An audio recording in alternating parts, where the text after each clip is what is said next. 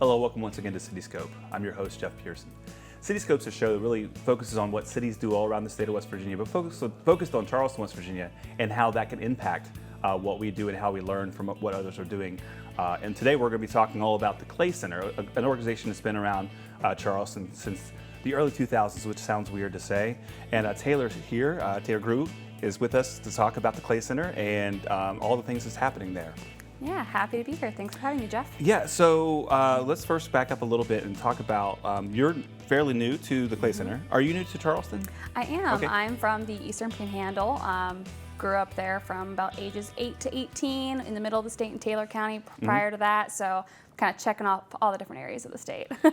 And I ask this a lot on the show because it is a show about Charleston. What was the kind of the first thing that your first impression of Charleston when you first came here? Maybe not when you first moved here recently, but I'm sure you've traveled here before. Yeah, so I did my undergrad at Marshall University, Okay. actually. So, driving from the Eastern Panhandle to the far west side of the state to go to school was, I was always driving through Charleston at least once a month. And it was interesting because I drove through so many times, but I didn't stop that often. Okay. And the few times I did, it was usually meeting someone for a lunch on my way through or grabbing something quick, but I didn't really get to take the time to experience Charleston. But since being here, it's one of those things where everything feels like a gem, like you stumble upon something, you're like, I never knew this existed, I didn't know this was here. When you're in a big city, I spent about 8 years in the DC area, everything's online and it's all just a big social environment, so there's almost so many things going on that you miss things frequently, where here, everything that's happening feels special. So you get a lot more enthusiasm from the community, which I think is really unique. Yeah, I agree. We have a lot of people coming in from out of town these days for all the events we're doing, and we hear that a lot. We just had the U.S. Cycling here some time ago, a couple months ago, I guess it's been now, and people that had never been even to West Virginia, and to come here and think, wow, this is such an interesting place we never knew about. And I think people, we get forgotten a lot, and I think that's maybe going to shift as we have more things come here, more events, more big events like cycling and events at the Clay Center people come in for, things like that. So. Yeah, I'm seeing more and more people are, they enjoy all the things happening in a city, but they're looking for something new, and that's driving them to different areas that they wouldn't normally go to. Yeah. West Virginia tourism is doing a lot to bring people outside of the state and outside of the region to West Virginia. And I've spoken to a lot of coworkers who, live in Maryland or in Virginia or New York even, and they talk about their trips to West Virginia and how much fun they have and how beautiful it is.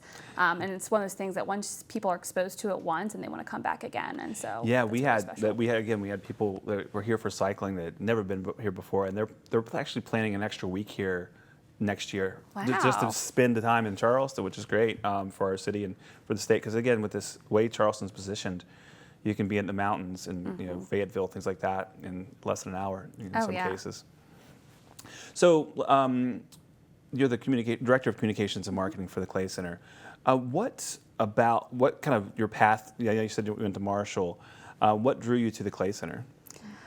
Well, when I left our wonderful state to go out to DC to work, I ended up going to Capitol Hill, working in the United States Senate for 2 years, which was a wonderful opportunity. I worked for one of our United States senators here in West Virginia.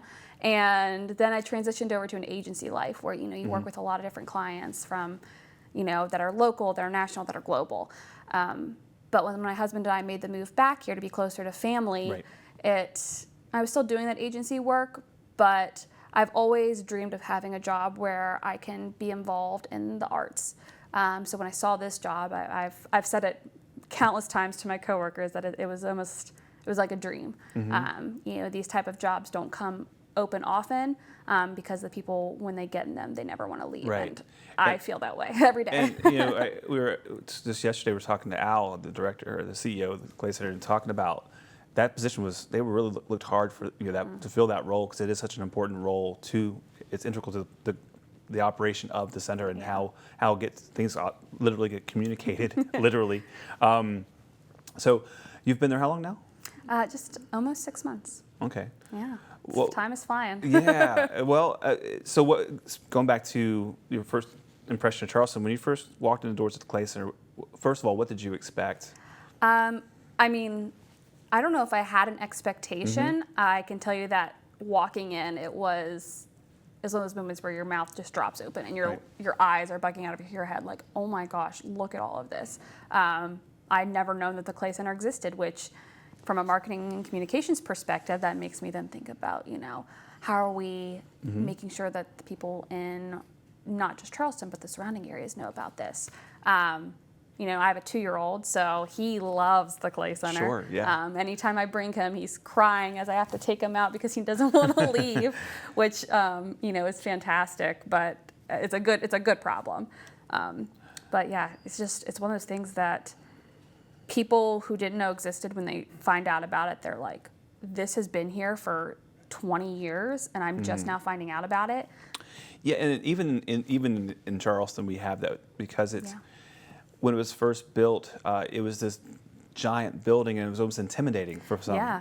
And so as people start to go in and experience, they get more comfortable. And again, you do so much work for children, so many things for children, that parents are getting involved, and grandparents, and different organizations are using the theater now that's coming Yeah. up. So it's really increasing your audience.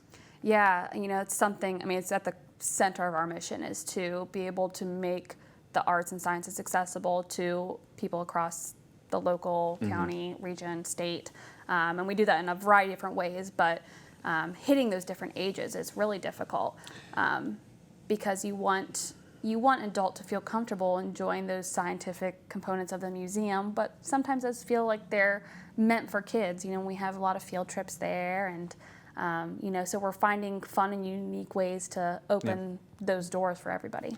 What would you say if you had to describe the Clay Center? I'm sure you have to do this all the time. Describe the Clay Center like in a sentence, because there's so much going on there. How do you encapsulate what all the things you do when you're trying to explain it to someone? I would say one sentence. I actually don't know if I've ever had to do it in a single sentence. Maybe two. I would say it's a hub that nourishes the creativity and the curiosity of someone. Because that can come in so many different ways. Yeah. And, we've got our performance hall, that we've got Broadway, and we've got comedians coming in, and we've got, we have a show for cold cases coming up. So it hits so many different cool components that people like to do in their free time. We've got our art museum, which explores and nourishes the creative soul. We've got our science museum that makes learning about hydropower fun, and how to have a healthy body, and all the components of an operating town in our My Town exhibit, from the vet's office to the mechanic to the grocery store, to the bank. And then we've got our planetarium, which is a state-of-the-art facility that so many people don't know that we even have, that explores everything in the great beyond. And we actually have a new planetarium educator coming in who has a background in astrophysics. Wow. So, and she's able to break down all of those big concepts in such a relatable way. There's just so much, and there's so much that is able to be explored when you're open to being curious. Yeah, that's a good way of putting it. And let's go off to the planetarium for a moment, because it is tucked away. You forget about it. You forget that it's there, and I know there's a great effort underway to bring it to light, so to speak, and have that space in that corner of the Clay Center as you walk in be more visible. Yeah. Tell me, so for those who don't know, can you talk a little bit about what happens in the planetarium? Yeah, absolutely. So in the planetarium, we kind of have two different things happening. We have a series of shows and films that run on a daily basis, and we update those on a yearly basis. So there's always something new. It's never the same thing running constantly. And then we also have that educational component. And so that is something that is really limitless, because we could do an entire educational story on the sun. We could do it on individual planets. We could do it on meteors. We could do it on the galaxies. It's limitless. So we find that balance, but we also use it in a great way to merge other experiences. So we do a series called Discover Our World. We'll be doing one here in September that will be with involving Chuck Yeager. So that's something that we're building out now, which is going to be really exciting. But a really fun thing we used it for was when we had our solar eclipse just a month or two ago. We actually had NASA's live stream going on in there. So for the people who didn't want to do the heat, you know, just didn't want to deal with being outside, but still wanted to experience it in a unique and important way that was still impactful, they were able to come in, sit in the planetarium, have that huge experience of watching the solar eclipse. And we did, this is something that was really interesting. They had an artist talk, and typically the artist talks are in the gallery. This particular artist used the screen of the planetarium to project her work. And it was really, actually embarrassed to say I can't remember her name, but it's been about a year or so ago. It was really cool to see that work, again, that form of that theater. It's not IMAX, but it's, what does it refer to there at the Clay Center? What is the technical term? You're right. It's got a technical term, and I don't know what it is off the top of my head, but it feels like an IMAX theater because it encapsulates the entirety of a full wall. And when you sit back and you're looking at it, it feels like everything's coming at you. Yeah, it's really cool. So that's, I think, more as you get more education, more visibility there, I think that's going to increase too. And it's just an incredible asset to the community to have something like that in our hometown. And again, a lot of people forget about. And we talked a little bit about the science part of it. There's so much to talk about there, but what's new and happening in the science section of the Clay Center, and what is most exciting to you right now? Yeah, so right now we have our educational traveling exhibit, which is Giants, Dragons, and Unicorns. So it takes a look at those mythical creatures that we all have heard in legends and in stories, and actually kind of looks at the science of it. Where did those stories come from? Were they based off real creatures? So it's really interesting, and we're working on getting things set up for our next exhibit, which is called Life on the Edge. That'll be coming in September, I believe. And that one plays a lot into the robotics area, which will be really, really cool. And yeah, that kids are really into robotics right now, for sure, the teams and all of those things. And then, performance-wise, like you were mentioning before, there's such a diverse range of performances that come in. What's coming soon? What can you talk about? A lot, which is another one of those great problems to have. We just announced our Broadway series for the next year, which has an absolute dynamite lineup. I mean, there's Tina Turner the musical, there's Mean Girls, Hadestown, Chicago. There's a Cirque Christmas. We may or may not be adding a sixth show here in the upcoming weeks. And then we have a variety of other shows outside of that Broadway realm. We have Bluey, which is coming in September, which has been almost sold out. Sierra Farrell, which sold out in 3 days. Charleston native. Yeah. We just announced Joe Gatto, which is a comedian from the show Impractical Joker. So he's going to be coming in September as well. We're working on the Cold Case Live, which I previously mentioned, which analyzes some of those most notorious cold cases in the U.S. And one thing that I mentioned too, in addition to that, we have a lot of local theaters are moving around a lot. So Charleston Light Brigade, Children's Theater of Charleston, they're doing shows in different places where it used to be always the little theater at the Civic Coliseum, and now it's the Charleston Theater, and they're booking differently too. They're having national acts play that theater, so those organizations are moving around. How has it been to have the local folks in as well? Oh, it's so great because that educational component and supporting the community is right in the center line of what we are all about. And, working with Children's Theater and with the Light Opera Guild and with Symphony, having a place where they are able to come in, where they're able to have that impact, especially for those younger generations coming up. I can't imagine that experience of coming into a theater of our size, that has all box seats and has multiple balconies, and it feels really big. It feels really important, and that sticks with kids. Yeah, I know. My daughter, she performs at Children's Theater, and when she goes and performs, she's like, I'm performing on the same stage as this person. So for them, it's a special thing for them to look out and see the audience as those big time performers see them, and using the same stage that they did. That was a big deal to her. So that's been a really cool experience for those kids. So moving on, what's the next big step for the Clay Center? I know there's so much going on, but you're new, so you have fresh ideas. Right. What do you think would be next for like the next big thing? Well, I don't know if it's the next big thing. I think it's a series of impactful things. Right. So, we're looking at our cafe. One thing that has been very important to us is making sure that when people come to the Clay Center, they don't feel like they have to rush out the door to get to lunch or, move on to the next thing, that they can have a full day experience. So we're working right now on enhancing our menu at our cafe to have hot service items. So that's going to be coming in the next couple of weeks, actually. And then, we're looking at our planetarium.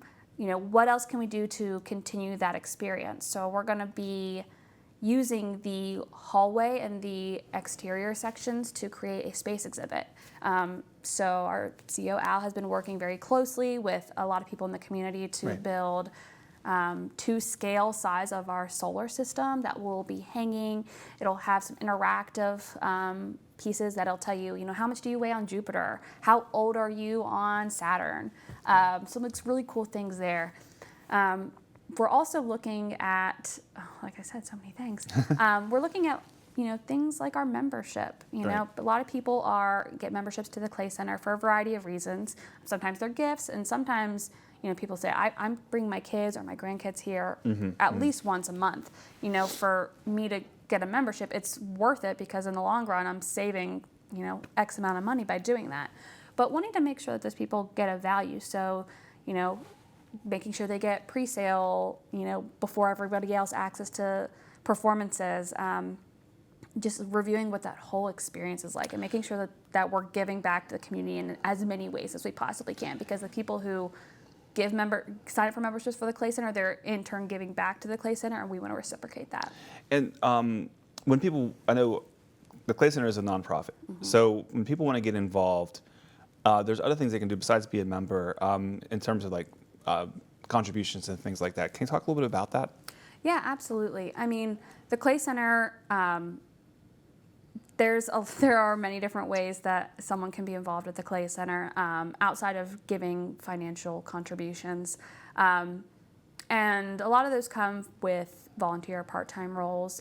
We work with a lot of our universities and colleges to provide things like internships or just job shadowing opportunities to provide professional development support. But we want to do anything we possibly can. And a great example of that is, and sometimes we almost have too many people wanting to help. and I think that is a testament to the heart of the people here in Charleston. But we had someone who wanted to donate their entire art estate to the Clay Center, and if we could, we would take every single piece of art that we could. But realistically, we only have room for so much stuff. But because of how well our community works together, our curator Liz was able to find a number of people who said, okay, there's this organization that you can go to, this one. I've reached out to them. They are open to something. Always trying to find a way, and if we can't do it, finding someone who can. Yeah, we talked about that a little bit. We had Liz on a few shows back and talked more about the art side of it. And it's the collection's pretty incredible. And I know we're going to hold off on talking about your next show in the gallery, but can you talk a little bit about what's happened with the gallery? It's becoming more of an education space too. The new maker space, art space there. Talk a little bit about that and how that's being used and how often. Yeah, I mean, every day. It's a very popular spot for kids, and I think it's because it blends some of those digital components in with art. One of my son's favorite, we have these screens that have, it's like, if you remember the computer systems that had paint, and I mean, they still have paint on them now, but growing up as a kid, that was like so much fun to do all the word art and, make stuff on there. And now it's almost like a deluxe version of that. So the kids can go on and they can draw anything they want on the screens. And then when they're done, it will just continue to play through what their different strokes were and what all they did. And it'll overlap it with other kids have did. So at the end of the day, there's just this masterpiece. Yeah, it's so incredible. Fun. So let's go ahead and move on to the gallery. And we're so excited. The whole community is so excited about this next show. Tell us about it. Well, it is a Charlie Hamilton retrospective. The full title is Charlie Jupiter Hamilton, a retrospective. And it is celebrating the life and artwork of one of Charleston's most popular and loved artists. Yeah, I can't pretend like I don't know. Yeah, it's he was so beloved by so many people in our community, not just Charleston, not just West Virginia, but the entire country. And it's such a great look at his work. It's really, even though there's 70 pieces, it's still just a snapshot. Oh, absolutely. Yeah. I just had someone this morning message us on Facebook and said, I have a chest that was painted by Charlie. Would the clay center want to have it? And having not been from Charleston, it's interesting because I hadn't known of Charlie before moving here. Yeah.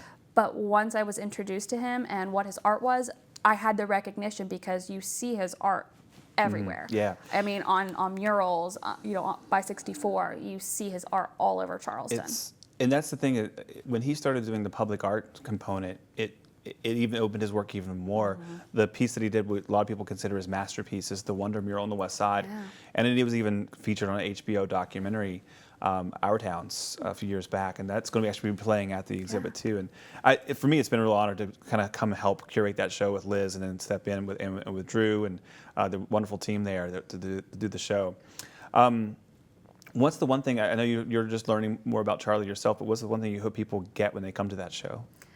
I think it's the openness of it, from all the research that I've done from Charlie. He pulled inspiration from so many different ways, but it was always a little bit of this, a little bit of that. It was a balance of being able to look at something and see lust and see love and see hate and see passion. His work is so vibrant. Right. And it's really eye-catching. And it's funny, the vibrancy sometimes masks some of those themes. Yeah. You'll see a piece on the surface, superficially, it looks jolly, but it really, a lot of them delve deep into some serious, issues and really amazing stuff. But you could see what he was thinking, and his imagination clearly translated onto the canvas or the wood or whatever it might be. And what's interesting about this show too is we see pieces that a lot of people haven't seen before. Everybody knows the Charlie style. What you said, talked about his influences. The black velvet paintings from Mexico and the spirit animals and all that stuff in Central America. But you see some of those early pieces from the 70s, you're seeing some of those early oil paintings that nobody's seen before. And there was one painting I'd never seen before, and it was incredible, but you could see that style developing. Right, and I think that's going to be the impact of it. We've had so many people, not just online, but just in word of mouth, who are just coming up to us and are like, we are so looking forward to this. We do our Art After Darks on the third Thursday of every month, and it happens to align with Charlie's exhibit opening. So we're really having the opening celebration then. But we've had so many more people, I can't even quantify it, that have come up to us to talk about how excited they are. Yeah, for this and event. Going back to what you said earlier, the amount of people that reached out to me about wanting to loan a piece. Yeah. And that's the other thing about Charlie is he made his work accessible. Everybody has a piece of Charlie's work, and that's what's incredible about this show. Is we tried to show every kind of branch that he went out on in terms of stylistically. What we aren't showing really is the smaller stuff. He did a lot of black and white prints, but most people have those at their house, so that's why they're not at the show. You have one at your house most likely, or he made magnets, and he would paint pins for people to wear, and so he made himself accessible, so he was able to reach a broader audience that way too. Anybody could purchase or buy a Charlie Hamilton. Right, and I think it makes me wish that I had known Charlie because some people get into fields for the fame and the publicity, right. But the fact that he just loved what he did, and you can tell that because he would do things that he just wanted to create and wanted to spread that joy, and like that you could just tell that's just what made him fulfilled. And one of the things about the show, we are going to be showing some videos of Charlie interviews, and one of the things you'll hear him talk about is he wants to make his world a better place, where he lives, his hometown. Or no, it's actually not his hometown, but he chose West Virginia as his hometown. He was from North Carolina, but he came here and this was his home.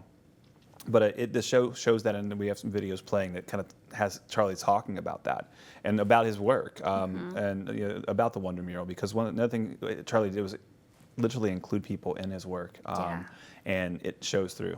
So excited about that show. Very, very exciting. Before we go, I want to give you an opportunity. We talked so much about all the things at the Clay Center. What's, again, the message you would send somebody if they've never been there and you want to talk about what's going on next and what's in the future, looking next few years, what does it look like? I think the best way to describe it is accessibility. You had mentioned that when the Clay Center was first created, it was very intimidating, and it still has that for a lot of people. And we don't want that to be the case. We want anyone and everyone to feel welcome when they come in. We're finding that more and more as we offer a variety of different shows. People walk in and they're like, oh, we had no idea that the Clay Center was like this. This is so cool. And then they're coming back to experience it more and more. So consistently finding ways to make sure that it is accessible and open to everybody. And then again, back in 2003, I guess it was very intimidating. And so you're breaking down, one of the things you're doing to help kind of break that ideal? Yeah, well, a lot of it is getting people in the door. So, we have a variety of free days and making sure that those days are made aware to the different audiences that aren't coming per se. And also opening up the type of programs we offer. So we had back over Memorial Day weekend a big truck day where we had a fire truck and police cruisers. The Charleston Art Bus was here. We had a company that brought in some tractors. And it was a lot of fun, and so many people brought their kids out. And if they chose to come into the Clay Center, they chose to come into the Clay Center. And if they didn't, that was fine too. But we gave them an opportunity to come, and then if they wanted to step inside, then it helped open that door and bridge that gap some. Right, there's so much going on there, and it's so exciting. All the stuff that's happening, and the new website is helping everybody navigate that. And we could probably talk for a long time. Hours. We're out of time for today. But thank you so much for coming on the show and talking about the Clay Jeff. Center and letting us know what's going on. And we're so excited about the Charlie Hamilton show. And you be sure to check that show out and many other things at the Clay Center. Go to the website and then check it out. Thanks for watching. We'll see you next time.